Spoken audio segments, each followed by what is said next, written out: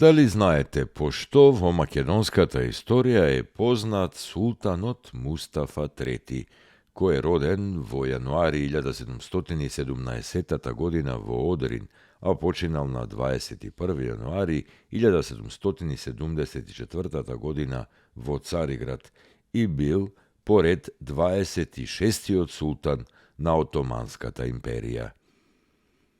Но за Македонија е важно што во 1767 година, во време на неговото владење, тој подлегнал на барањата на Цариградската патријаршија и незаконски ја укинал Охридската архиепископија.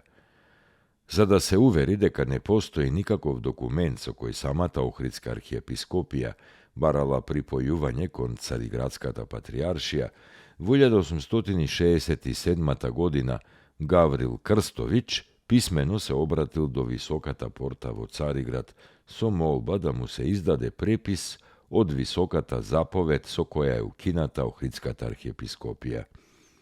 Одговорот што стигнал бил дека Висока заповед или ферман за укинување на архиепископијата во Охрид нема. Постоел само кус запис на крајот од еден лист од записник со молба од патријархот Самоил за укинување на Охридската архиепископија. Освен преписот од тој записник, тој добил и препис од Берат, со кој се поставил првиот митрополит на Цариградската патријаршија во Охрид по укинувањето на Охридската архиепископија. Станувало збор за митрополитот Григорий Драченски. Според овие историски сведоштва, јасно е дека укинувањето на Охридската архиепископија било дело на патријархот Самуил и на синодот на Грчката патријаршија во Цариград, а приказните дека тоа било направено по барање на народот и на свештенството во Охрид и во Македонија се чиста лага. Дали знаете дека на 27 јануари 1954 година е регистрирана официјално најниската температура во Македонија во Берово?